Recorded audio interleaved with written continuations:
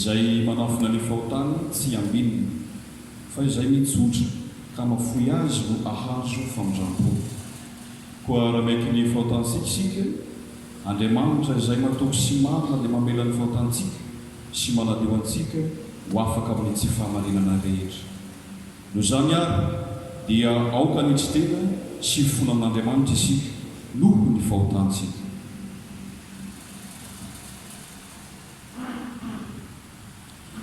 Ry Andriamanitra sy toa mpamorona sy mpanavitra anay eo, masina ianao ka makahala ny ratsy rehetra. Indreto izay mpanota mahantra manitry tena sy maiky ny fahadrosoanay sy ny erika rehetra eto anatrehanao. Nadova hotasirika izay sady nanota taminao tamin'ny hevitra sy ny teny ary ny asa ka tokony ho very sy hoelona mandrakizay. Nefa noho ny fahasoavanao sy ny famindramponao lehibe sy mahagaga dia mifona aminao amin'ny anarany Jesosy Kristy izahay. Ry Andriamanitra ray be famindrampo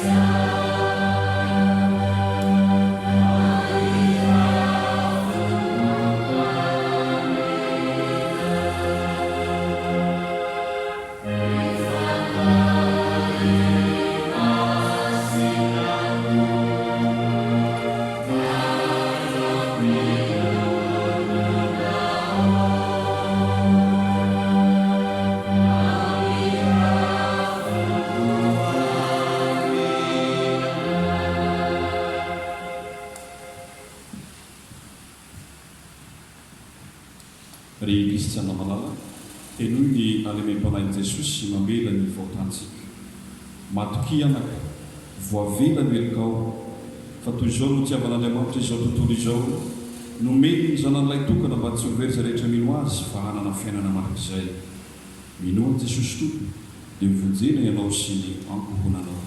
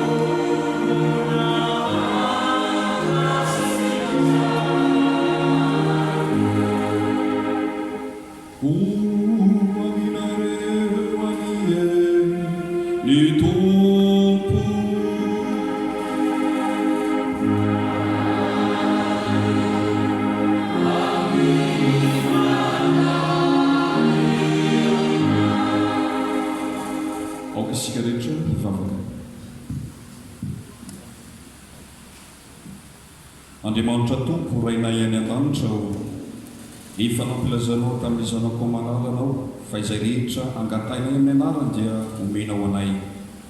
Koa dia mangataka aminao izay azony amin'ny teninao izay ary omeonao anay ny fanainao masina izay anapaka sy hitarika anay araka ny sitraponao. Ary anova miery ny devoto sy ny fampianaran-diso mba amin'ny loza rehetra izay.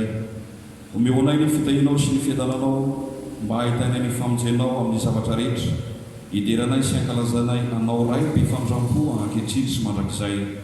Amin'ny alalan'ny zanako malalanao dia Jesosy Kristy tomponay izay miarabelona sy miara-manjaka aminao sy ny fanahy masina, Andriamanitra iray manitra amin'ny tanohidraka ho mandrakizay.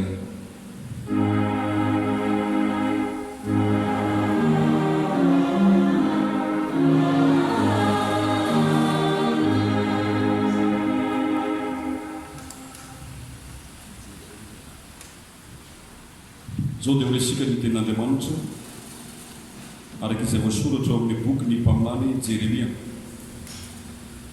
Jeremia toko fahasivy amby roapolo ny andimy faraika ambin'ny folo ka hatramin'ny andimy fa efatra ambin'ny folo. Jeremia toko fahasivy amby roapolo ny andimy faraika ambin'ny folo ka hatramin'ny andimy fa efatra ambin'ny folo.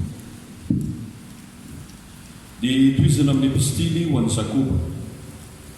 Jakoba toko voalohany ny andimy faharoa amby roapolo ka hatramin'ny andimy fa fito amby roapolo. Jakoba toko voalohany ny andimy faharoa amby roapolo ka hatramin'ny andimy fa fito amby roapolo.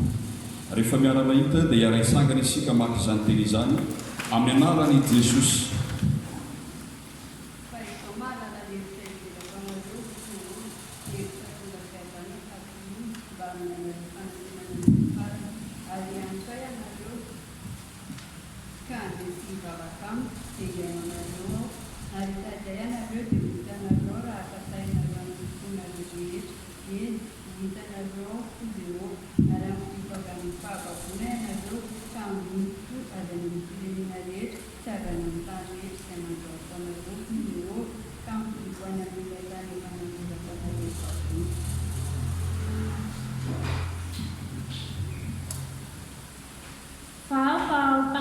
Teny anareo fa aza pihainy fotsiny hany ka mamitaka ny tenanareo.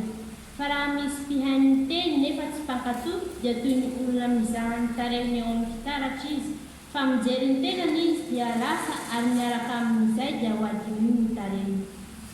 Fa izay mandinika ny lalàna tanteraka dia ny lalàn'ny fahafahana, fa maharitra amin'izany raha tsy pihainy manadiny fa mpanao ny asa dia ho sambatra amin'ny asan'izany olona izany. Fa raha misy manao azy ho mpivavaka nefa tsy mameno ny vavany fa mamitaka ny fony dia zava-poana ny fivavahan'izany olona izany. Izao no fivavahana madio sady tsy misy loto eo anatrehan'Andriamanitra iray. Ny mamangy ny kambody sy ny mpitondra-tena amin'ny fahoriany sy ny miaro ny tenany tsy hisy pentipentina avy amin'izao tontolo izao. Amen.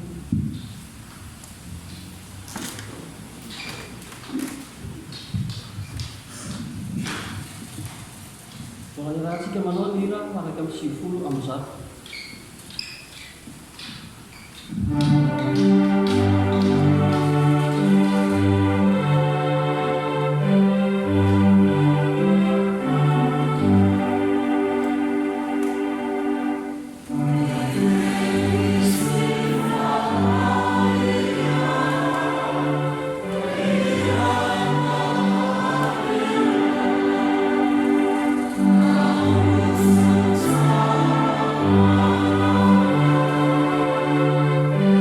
Oh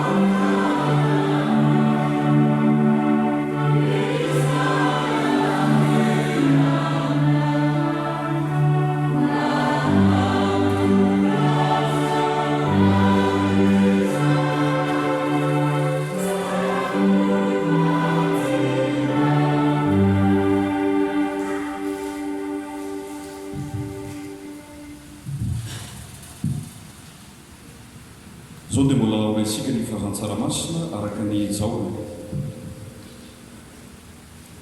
zao no toko fa 70 ny andiny fa 80 ka hatramy andininy fa 3 zao no toko fa 70 ny andiny fa 80 ka hatramy andininy fa 3 rehefa miara-mahita dia iaresagana isika amaky izany teny izany amin'ny anaran'i Jesosy. Tahaka ny nanoranao ahy ho amin'izao tontolo izao no mba nanorako azy kosa ho amin'izao tontolo izao, ary ho an'ireo no hanamasinako ny tenako mba hanamasina ny fahamarinanao azy, nefa tsy ho an'ireto ihany no angatako, fa an'izay mino ahy koa no noho ny teniny, mba ho iray ihany izy rehetra tahaka anao ray ato amiko, ary izao koa ao aminao mba ho amintsika koa izy, mba hinono izao tontolo izao fa ianao no nanerakay, ary nomeko azy ny voninahitra izay nomenao ahy mba ho iray izy tahaka ny mahiray antsika. Izaho amiko ary ianao ato amiko mba ho tanteraka ho iray izy, mba ho fantatra izao tontolo izao fa ianao efa nanerakay sady efa tsia azy tahaka ny itiavanao ahy. Amen.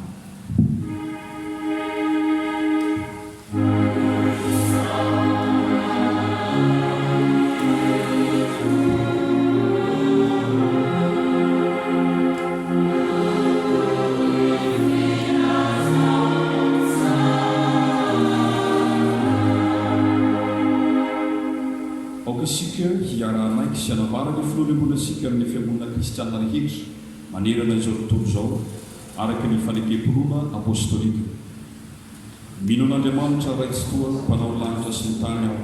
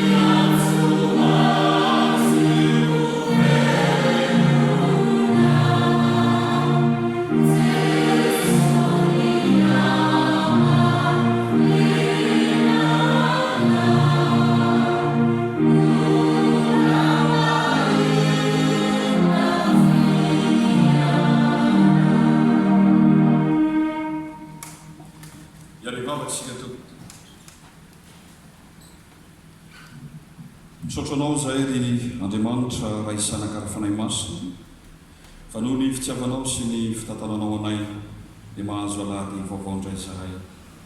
Andro mbola sy nilalovanay Jesosy ka isory aminay ny fievera ny fahazarana rehetra ao anatin'izany fa ianao sy ny fanainao masina miasa aminay ka andraisanay zany ho tombony eo amin'ny fiainanay ka hibebanay eo anatrenao. Mamindrafo aminay Jesosy sy mamelana elokay. Ary amin'izao resy fotoana izao dia andreny teninao zahay ilay miantoky ny fahavelomany tena mampanainay. Dia mitenenanao Jesosy amin'ny alalan'izany teninao izany. Mampianaranay ianao ahaizanay mangataka amin'ny alalana fanainao masina. Mba sy ny tombosoany amin'izao tontolo izao ihany fa ny amin'ny fanainay sy ny andovanay ny fiainana mandrakizay ihany koa. Dia tahiony kristiana rehetra Jesosy amin'ny fiainana mba ianao no hiaraka aminy ny fanainao masina no mitaridalana azy ahay angataka aminao ihany koa. Dia amin'ny anaranao Jesosy no anaovanay izany hivavaka izany. Amen. Amin'izao alahady fahadimy manaraka ny Pasika zao riavana, ny tenin'Andriamanitra zay voalahatra ho anjarasika dia ny filazantsara araka n'izao. Zao no toko fa 4, ny 5:20 ka hatramin'ny 5:20. Zao no toko fa 4, ny 5:20 ka hatramin'ny 5:20. Rehefa miara-mety isika dia raisakana amin'ny voninahitra an'Andriamanitra amaky izany teny izany amin'ny anaran'i Jesosy. Ary amin'izany andro zany dia tsy anontany ahy na inona nareo.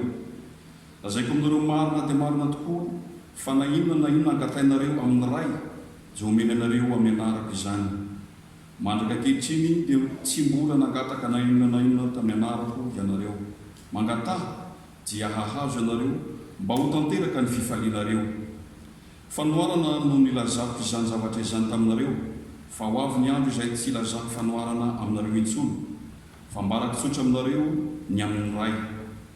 Amin'izao andro izany dia angataka amin'ny anarako ianareo, ary tsy milaza aminareo aho fa izao no angataka amin'ny ray ho anareo, fa ny ray dia tsy ianareo satria ianareo efa tsy ahy, ary fa nino fa nivoaka avy tamin'ny ray aho. Eny, nivoaka avy tamin'ny ray aho ka tonga amin'izao tontolo izao, ary hiala amin'izao tontolo izao indray ka hankany amin'ny ray. Riray masino manamasinanay ny fahamarinana, fa ny teninao no fahamarinana.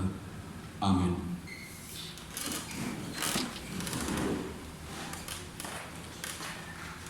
Ry fiangonana malala, ho aminareo ny fahasoavana sy ny fiadanana avy amin'Andriamanitra raintsika sy Jesosy Kristy Tompo.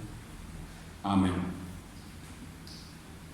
Raha namaky ny texte teo isika dia milaza fa mbola ao anatin'ny teny fanaovam-beloma hatrany isika le teny fanaovam-beloma nataon'i Jesosy.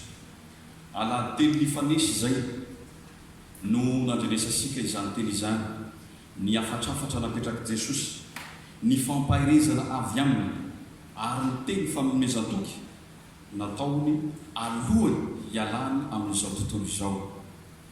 Raha mamaky ity teny teo dia masary ny vady aman-janako, ny fianakaviana mialony andeha ho akaty. Alony andeha ho Timorisy dia volony ray tokantrano ametrapetraka satria andeha hanao veloma. Ary tamin'izay ny lazako hoe nanambatambazako ny zanako rehefa tonga any ianao, rehefa tonga any Mauricio dia hotondrako ronono, andefasako ronono, andefasako chocolat, hividanako kilalao rehefa zazahiny, hitondrako an'izao rehefa mandeha mody. Inona no antony? Tsy hoe misy vola, fa ilazany fa tia an'ireo aho, ary amin'izareo ny foko, ary sy miala ao anatin'ny fisainako mandrakariva izareo. Dia tahaka izany koa ny ataon'i Jesosy eto izay ataony amin'ny mpianana, nilazany fa sy mafoy izy raha tonga any izy handefa zavatra sarobidy ho an'ny mpianatra. Eto Jesosy nilaza fa manomboka amin'ny fotoana andreseny ny fahafatesana, izany hoe rehefa misangana amin'ny maty izy, miverina eo amin'ny mpianatra aorian'izany fisanganana amin'ny maty izany, ary ny fiakarany any an-danitra dia tanana tombosoa roa lehibe ireto mpianatra ireto ary isika koa ao anatin'izany. Ireto ny tombosoa lehibe izay lazain'i Jesosy ho voarain'ireto mpianatra ireto: hifanakaiky kokoa amin'Andriamanitra noho ilay mpanelanelana, dia ny fanahy masina izy ireo, ka ny fangatany rehetra atao amin'ny anaran'i Jesosy dia ho valiany ray. Tombony lehibe izany ho an'ny mpianatra, tombony lehibe koa zany ho asika izay manaradian'i Jesosy. Ny faharoa dia zao: ho tanteraka ny fahafantaran'izy ireo sy ny finoana, ny fanambarana ny mahiraka avy amin'Andriamanitra ny Jesosy, ny mazanak'Andriamanitra azy. Zany hoe tsy misy intsony ny fiahiahina ny momban'i Jesosy, fa tena hoe Andriamanitra tokoa mavonjy io Jesosy io noho ny asan'ny fanahy masina. Fanomezana sarobidy zany. Besaka ny olona mbola sy mena ao anatin'izany, miaina ao anatin'ny fahazambana, fa isika manana fanomezana sarobidy avy amin'i Jesosy noho ny fiasan'ny fanahy masina, ka mino fa Andriamanitra tokoa izy ary mavozy asika tokoa. Raha jereva asika ilay voalohany, fanomezana voalohany, dia zao: honina amin'ireto mpianatra reto Jesosy miombona amin'ny alalan'ny fanahy masina.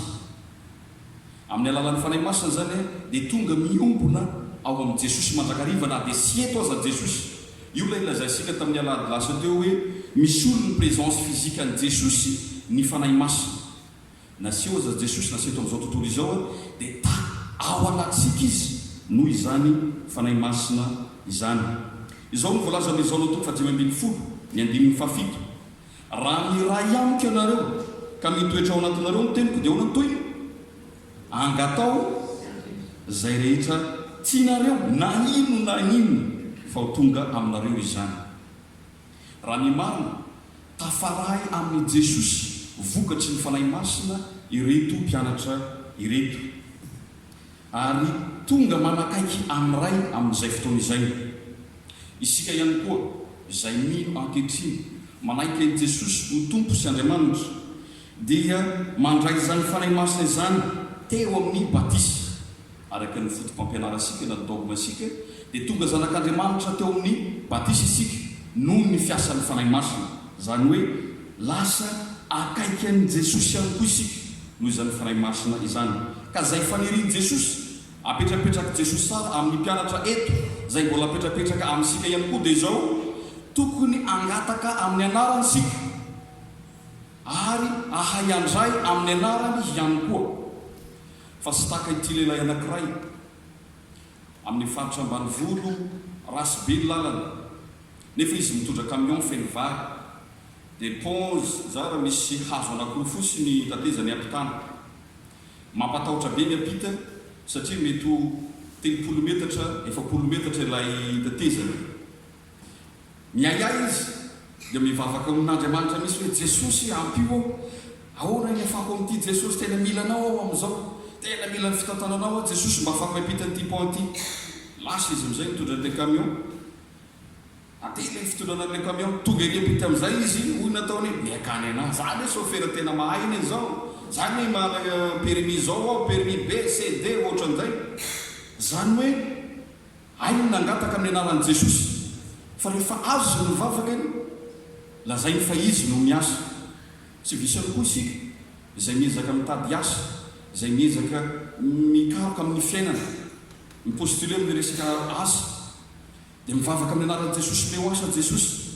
Fa rehefa azo ilay asa mahazo plasy tsara, zaho ny manana diplôma an'izao, zaho ny ingénieur an'izao, zaho ny ohatran'izao, le maizy anazy no aseho. Dia io no isan'i Jesosy hoe raha mangataka isika amin'ny anaran'i Jesosy, ary raha mandray isika dia amin'ny anarany ihany koa. Fa raha miombona amin'ny fanahy masina isika, miombona amin'i Jesosy, dia zao: mangataha hoy Jesosy dia hahazo ianareo. Izany no tombontsoa lehibe ananan'iny. Ary amin'ny lahateny, amin'ny teny fanaovam-beloma izay ataon'i Jesosy eto, ny fangatana kristianina dia sy izay zavatra mahakasika ny filana amin'izao tontolo izao ihany, ary mety tsy ho zany misy aza, ary io mety madisy fangataka asika. Fa zay loha laharana amin'i Jesosy tokony angatasika amin'i Jesosy dia ireo zavatra manome voninahitra ny ray amin'ny alalan'ny zanaka, ahafasika mibanjina ny fiainana mahakristianina sy ny fitoizany asan'i jesosy. izany lazain'i jesosy eo amin'ny Mateo 5:7 hoe fakatsao aloha ny fanjakana sy ny famarinana dia ahoana izy anampy anareo ny zavatra io aloha no laharana ataovy izay zahoana ny fanjakany lanitra aloha fa gadoa zany zavatra mahakasiky ny tany zany ary io madisy fagataka asika mety sy hatonga izay zavatra zay ka sao aloha ataovy lolaharana ny amin'ny fiainana miaraka amin'ny jesosy ny maha kristianina asika fa omeny jesosy ny zavatra rehetra aorian'izay ary zany mba hatonga ny asan'ny fanahy masina zay mitoetra amintsika hamokatra mandrakariva ilay mpanelanelan amintsika amin'i jesosy kristy sy ny Andriamanitra ray. Ary rehefa voatay voavaliny ny vavaka asika malivavaka Andriamanitra dia ho tanteraka ny fifaliantsika milaza ny momba ny asarampon'Andriamanitra izany ary maneho fa tiantsika tokoa izy sy maneho izay fahatsarana mandrakariva eo amin'ny fiainasika tahaka ny nataony tamin'irety apôstôly reto. Izany ny famantarana famatoky Andriamanitra ary tokampo amintsika miaraka amintsika mandrakariva ao amin'ny fiainana raha miaraka amin'ny fanahy masina isika. Io no zavatra tiany Jesosy apetraka amin'reto mpianatra reto. Ilay tombony lehibe sabatra isika raha mipetraka ao anatin'izany amin'ny finoana ao anatin'izany miaraka amin'ny fanahy masina satria eo amintsika mandrakariva Jesosy ary manatanteraka ny fangatasika rehetra izay tao amin'ny anarany. Toy izany Jesosy ny teny meto ka tonga amin'ilay tombosoa faharoa hoy Jesosy amin'izany andro izany dia angataka mianaraka ianareo ary tsy milaza aminareo fa izaho angataka amin'ny ray ho anareo fa ny ray dia tia anareo satria ianareo efa tia ahy ary efa nino fa nivoaka avy tamin'ny ray aho. Lay finoana ny maha avy amin'Andriamanitra an'i Jesosy Kristy. Raha milaza ity Jesosy dia tsy mideko hoe mijanona amin'ny asa fanelanelanana izy tsy manelanelana antsika ho amin'Andriamanitra koa zany fa anambarany kosa hoe tsy manakona antsika amin'Andriamanitra ny fanelanelanana ataony Jesosy. Misy doctrine matanjaka be ao ambadika an'io intercession de Christ io ilay fanelanelanana izay ataony Jesosy ary mety misy risque na hoe mauvaise compréhension sy fahafantarana ao anatin'izany ka mahatonga ny olona mametra-pantaniana ny amin'ny ray sy ny zanaka. Iza marina ny tokony hivavana amin'ny ray vesa amin'ny zanaka baran'i Jesosy mazava tsara fa izao sy ny ray dia iray ihany tsy manako ny fifandraisansika amin'Andriamanitra ray ny fisian'i Jesosy ny fanelanelana izay ataon'i Jesosy ilaina mihoatra noho ny zavatra rehetra amin'ny fotoana rehetra ny fanelanelana nataon'i Jesosy ho antsika amin'ny ray. Zany hoe Jesosy manolotra asika eo amin'ny ray ary Jesosy koa manolotra ny ray ho eo amintsika mandrakariva. Ary izany no antony ilazany amin'ny vavaka izay nataony teo amin'ny filazantsara ny ilazaitsika teo ny vakisika teo amin'izao latoko 7:70 izay lavabe fa ny 5 milaza toy izao hoe nasehoka tamin'ny olona izay nomenao ahy avy tamin'izao tontolo izao ny anaranao anao reny ka nomenao ahy ary nitandremany ny teninao. Izany hoe an'Andriamanitra isika ary tena akaiky azy an'Andriamanitra tanteraka isika ary tena akaiky azy tsy manalavitra an'Andriamanitra ray ny fisian'i Jesosy na ilay hoe tsy hitasika Andriamanitra ray tsy hitasika Jesosy fa ny asa fanelanelana izay ataon'ny fanahy masina no miara-miaina amintsika amin'izao fa io no manakaiky asika amin'Andriamanitra ray sy ny amin'i Jesosy Kristy. Ny fanelanelana ataon'i Jesosy dia metraka amin'ny ray sy ny mpianatra ny apôstôly fifandraisana ampitiavana akaiky kokoa zany hoe lasa manana relation intime amin'Andriamanitra ray ny mpianatra ary isika koa izay mino an'i Jesosy dia manana fifandraisana akaiky amin'Andriamanitra noho io fanelanelana ataon'i Jesosy noho io fiasan'ny fanahy masina ao amintsika mandrakariva io. Dia tahaka ny zanasika izay ao an-trano iza amin'ireo zanasika reo no sotiasika, iza amin'ireo no lavitra asika, na firy ny isany, akaiky isika reo, akaiky ny fosika reo, dia tahaky ny zany Andriamanitra, zanak'Andriamanitra asika, akaiky ny fon'Andriamanitra isika. Isika olombelona aza lazain'Andriamanitra na dia olombelona mahafantatra zay soa tokony ataon'ny zanana, maika ve lay ray avy any an-danitra mahafantatra ny masoa asika izy, satria akaiky azy sika, akaiky azy sika. Saorana Jesosy amin'ny asa izay nataony, ny fanahy masina zay mitazona asika mandrakariva ao anatin'izany finoana izany ka manakaiky asika, mampifanakaiky asika amin'Andriamanitra. Hoy lazainy Jesosy ao amin'ny filazantsarany zao toko 5:20 hoe tsy ataoko hoe mpanompo intsony ianareo, fa ny mpanompo tsy malala zay ataon'ny tompony, fa efa nataoko isakaiza anareo satria izay rehetra reko tamin'ny raiko no nambarako taminareo. Sambatra isika ny amin'izany, tsy lavitra an'Andriamanitra isika, akaiky an'Andriamanitra isika, manana fifandraisana tena sara amin'Andriamanitra isika noho ny fiasan'io fanahy masina, noho ny fiasan'i Jesosy Kristy eo amin'isika eo. Tian'Andriamanitra tokoa isika araka izay lazaina amin'izao toko 7:9-10, ka ny vavaka ataosika dia vavaka Jesosy ihany koa, ary izany no antony ilazany raha makataka zavatra amin'ny anaran'i Jesosy asifikaseny fangatanao hoe amin'ny anaran'i Jesosy dia omen'ny ray izay avy any an-danitra izany, omen'ny ray izay avy any an-danitra izany. Fatao izay fangatanao ataonao amin'ny Jesosy, amin'ny anaran'i Jesosy, fa omen'ny ray anao izany. Mila manana finoana ao anatin'izany sika, mila manana fahareta amin'izay amalian'Andriamanitra ny fangatasika.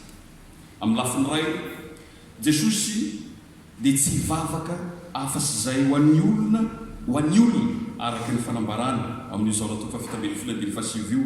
Izao mangataka ho azy, tsy mangataka ho an'izao tontolo izao hoe Jesosy, fa ho an'izay nomena ho azy.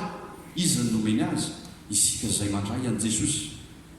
Mangataka ho asika Jesosy, ary ny vavakisika, vavaky Jesosy ho tonga eo amin'ny ray ihany koa.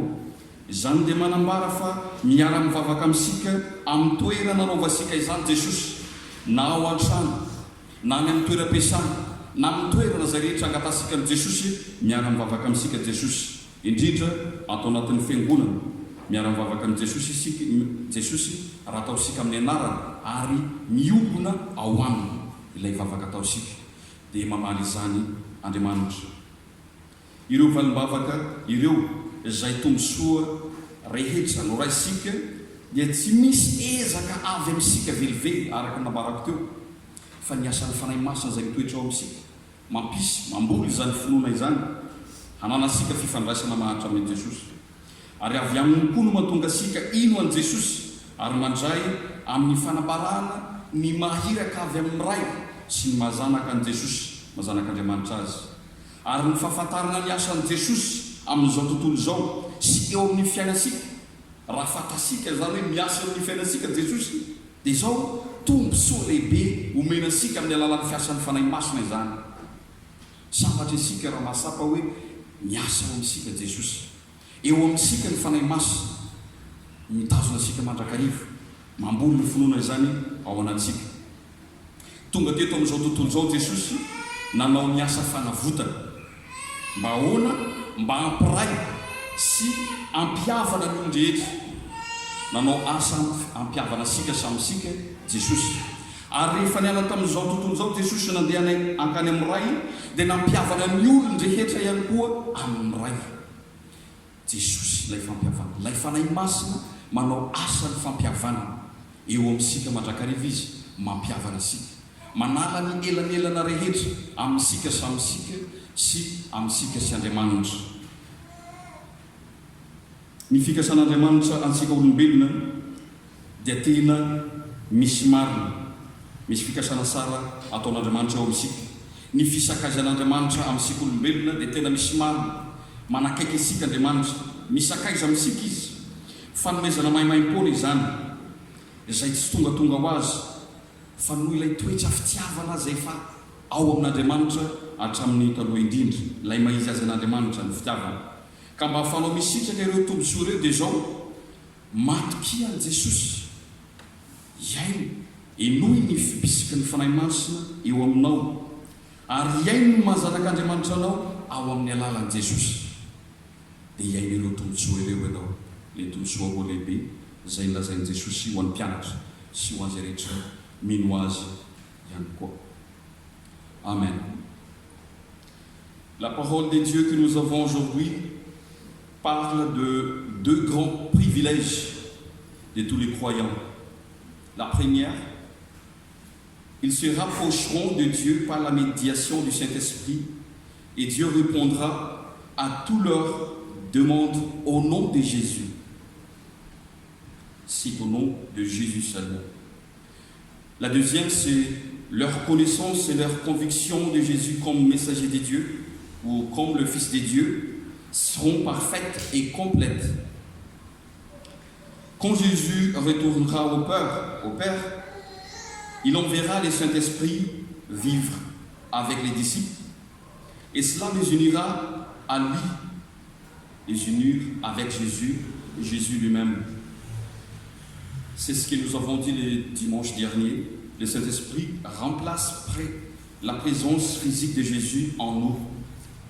Nous, chrétiens, nous sommes également unis à Jésus par le Saint-Esprit que nous avions reçu le jour du baptême. Et conformément à notre dogme, nous sommes devenus les enfants de Dieu par ce baptême. La mission du Saint-Esprit est donc de nous rapprocher de Jésus. Et lorsque nous sommes devenus si proches de Jésus, tout ce que nous demandons au Père en son nom, au nom de Jésus, le Père nous le donnera. Jésus avait dit, demandez et vous recevrez. L'intercession de Jésus établira des relations intimes avec le Père et les disciples, afin qu'eux-mêmes, ainsi que ceux qui croient aujourd'hui, puissent accéder et touchent le cœur de Dieu le Père. En tant que fils et filles, nous sommes le Fils de Dieu, nous sommes les filles. Et Dieu nous aime beaucoup. Comme nos enfants, lesquels de nos enfants à la maison sont loin de notre cœur. Peu importe combien ils sont, nous les aimons tous. Et Dieu c'est comme ça. Et plus que ça, il nous aime. Dieu nous aime vraiment. C'est ce que l'Évangile selon Jean dit, chapitre 3, verset 16. Nos prières sont aussi de prières de Jésus. C'est pourquoi il a dit que si nous demandons quelque chose en son nom, le Père donnera. Amen.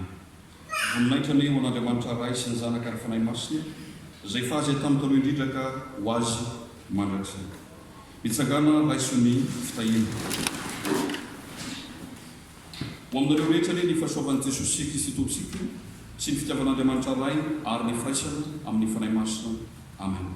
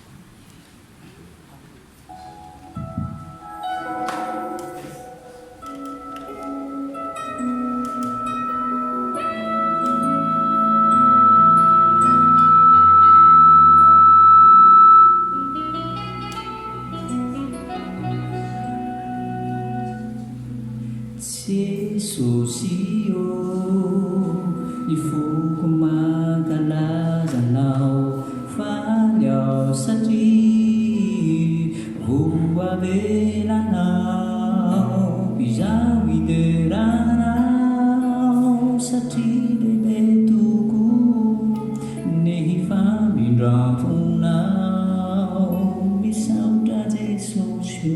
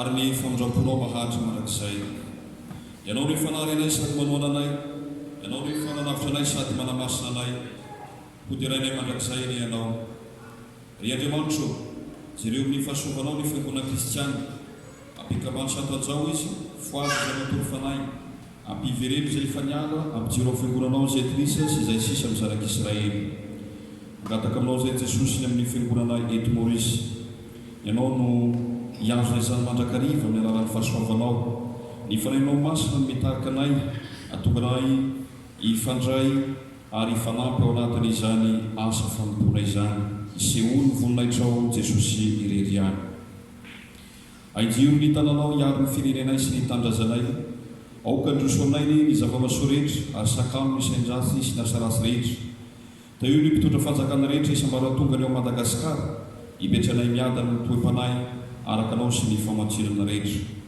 ary mitrotroam-bavaka izay Jesosy ny fifidianana, ny débité, ny sitraponao irery ihany no tanteraka afanao ampandroso ny tandrazanay Jesosy. Mifidianao olon-kitra ianao Jesosy ary miasa amin'ny olona matahotra anao. Dario amin'ny fanainy faindrenaony ary terizo aminao ny firenena rehetra iran-tany sy ny mpitondra azy mba hanjaka ny fihavanana sy ny fandriam-pahalemana. Ary izy rehetra ne mba samy hafantatra tanteraka sy anaiky ny sitraponao Andriamanitra raiky antoky ny fiadanan'olombelona rehetra eto an-tany. Omeo fohetry ny ray aman-dreny hitaizan'ny zanany araka ny fomba kristianina.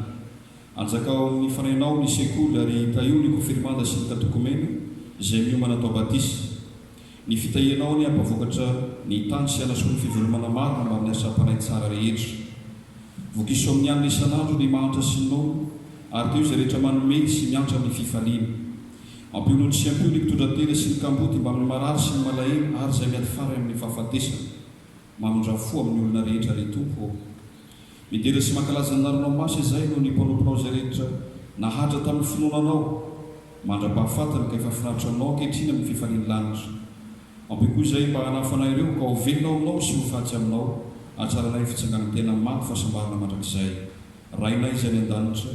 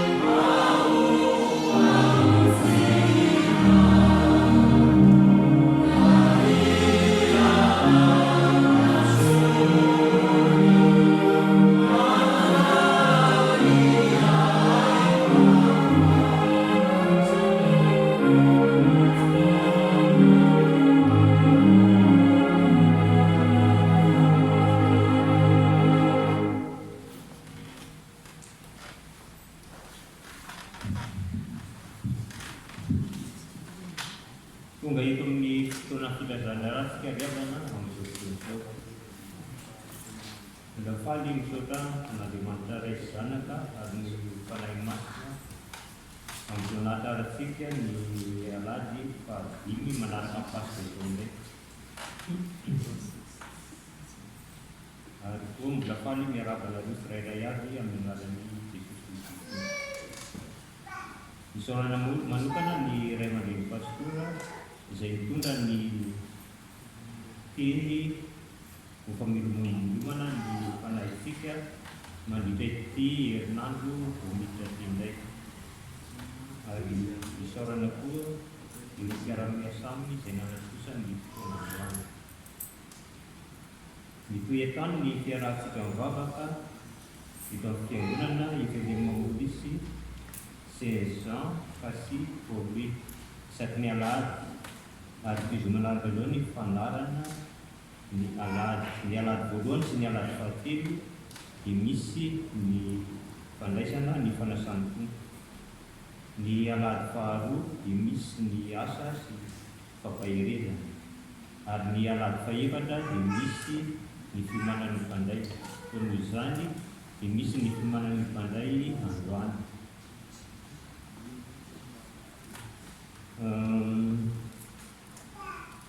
Ny fianaran'ny confirmanda sy ny fifisanana ny diakona dia mitohy atany izay manomboka amin'ny folora sy fefana. Ary ny fotoa malalaka dia manomboka amin'ny 1 folora lasaka fefana.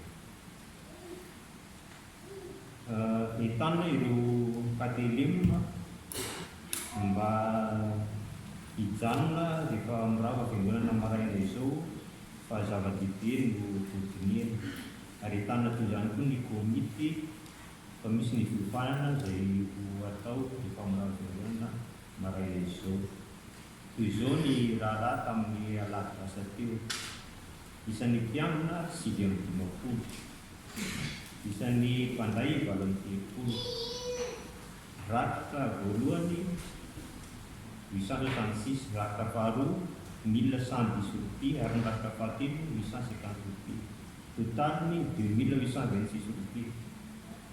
Ho antsika rehetra izay voasambany no tonga miara-mivavaka eto androany dia misy taratasy hozarain'ny diakona aminareo any ary averina rehefa feno izany. Dia manintana anareo koa mba hiditra amin'ny fikambanana averina ato amin'ny fiangonantsika.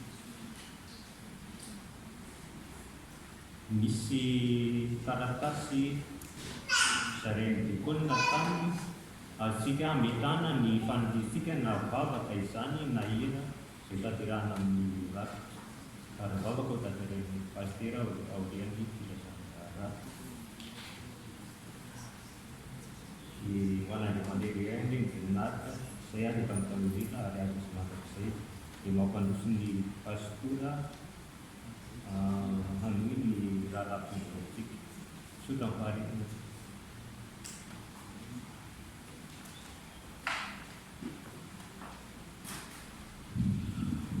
Mamerina ny fiarabanana ny anaran'i Jesosy ary manona ny fiadanany tompo amintsika mandrakariva. Alahady fahadimy manaraka ny Paska isika zao, fa androany koa andro lehibe ho an'ny reny satria zay fetin'ny reny androany. Raha mety angatana ny ireo rehetra mba hisangana eny am-pitoerana moa, mba hisangana eo am-pitoerana ny reny rehetra.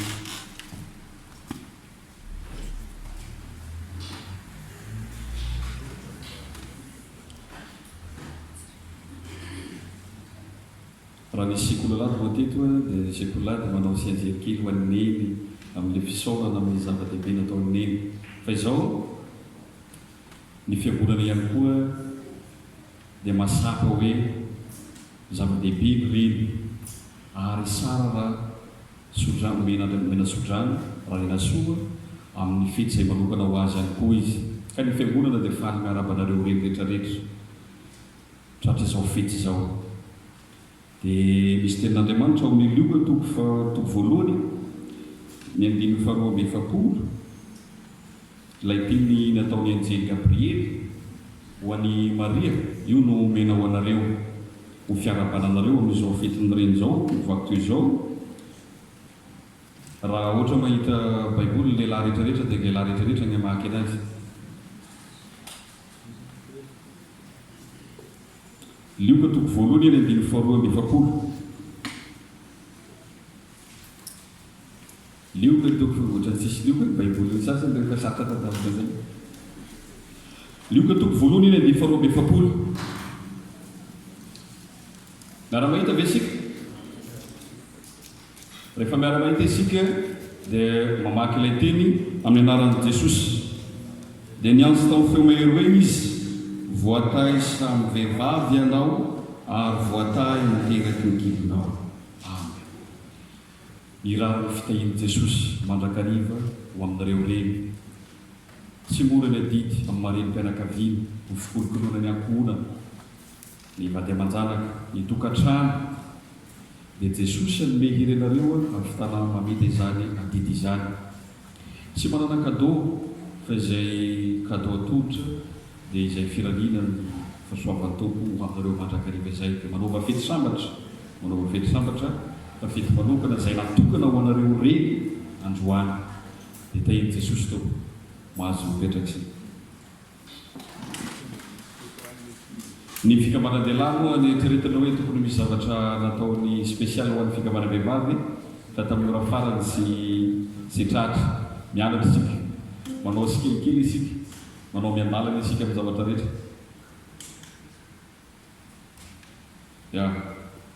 ny manaraka araka ny lazana ta filazanjara teo dia hoe misy fiofanan'ny komity rehefa tapitra izao fantompivavana zao sinasina zany lay fiofanam-piandry fa izay anao fiofanan'ny komity satria asan'Andriamanitra mila fahaizana tokony hananana ao anatin'izay zavatra zay ny zavatra apetraka amin'ny maha fiangonana mila hitezaina ao anatin'izay akoa ny komity mba hafantatra ireo mission ny vocation izay nasion'Andriamanitra azy ao anatin'izay dia io no jerivana lay andiany voalohany androany fa mbola itoy izany fiofanan'ny komity izany apetraka amin'i Jesosy ny fitohizana.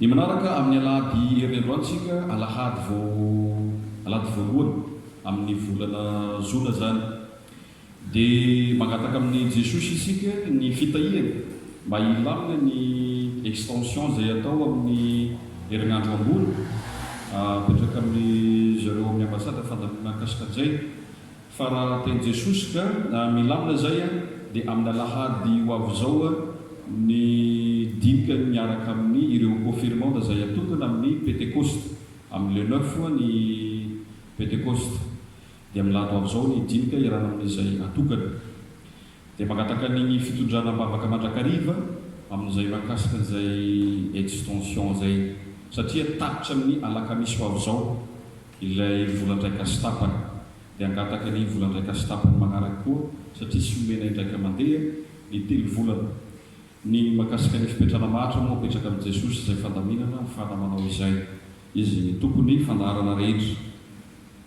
Ny filazana manaraka dia izao fanehoana fankasitrana sy fisaorana toko izay nataon'ny fiangonana taminay na dia tsy teto zay ny vady aman-janaka dia hoanay amin'ny vady aman-janaka vady amin'ny ankonana ray manontolo nanaovanareo ny alahady ny pastora tena feno tena faly ny fo amin'ny faneho-pitiavana izay nataonareo tena makasitraka indrindra fa zahay na dia mpanompo sy mendrika tahaka izao aza anehoanareo fitiavana tahaka izany dia ilay Jesosy manakare pasoavina no hamaly fitianareo anonotra 100 eny izay rehetra laninareo taminay fa raha zahay tompo dia sy mavoavaly Jesosy no hamaly fitianareo na mpitondra hafatra tahaka izany koa me ireo matokony amin'ny hoe ny fankasitrana amin'ny fiangonana amin'ny fasiarovana ny pastora sy ny ankonany ray matono dia misaotra indrindra tompo tainy Jesosy sika rehetra mianakavy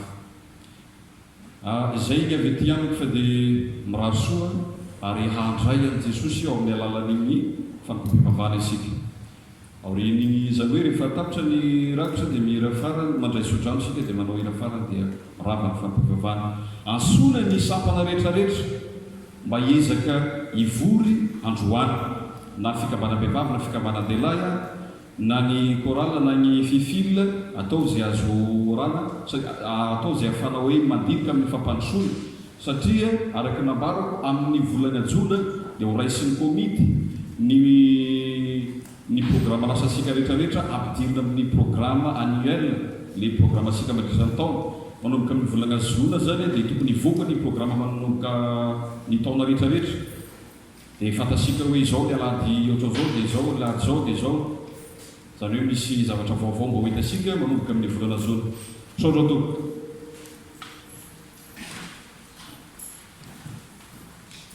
saotsika dia anatatenaka ny rakitra ka hitarika antsika an'izany ny diakona ary ataontsika ny hira voalahatra. Oh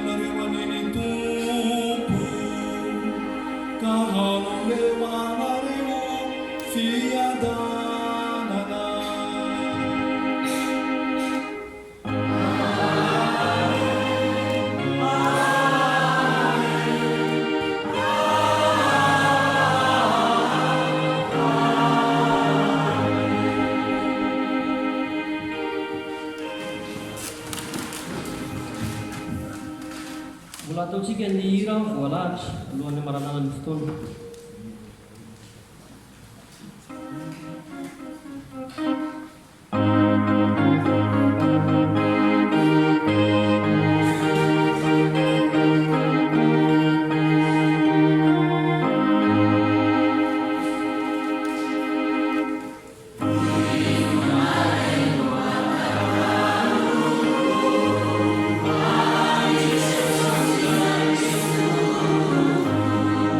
Isa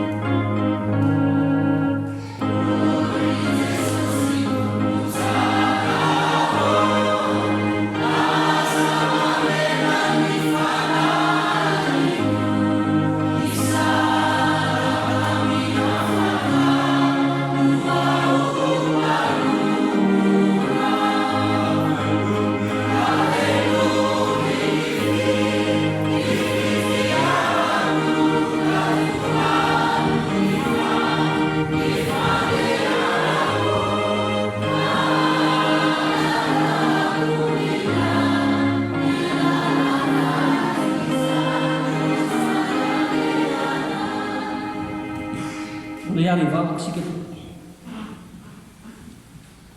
tompo misaotra anao amin'ny fonay tokoa izahay fa efa nampinarinao izay sitrakao ataonay. Andriamanitra ampio izay ankehitriny amin'ny lalan'i Jesosy Kristy noho ny fanahinao masina mba hitehirizanay amin'ny teninao na amin'ny fo madio, hitombonay amin'ny finoana mba hiatsara isan'andro izahay amin'ny fitondran-tena masina, ary ny teninao ane no hitokinay na amin'ny fiainana na amin'ny fahafatesana. Amen.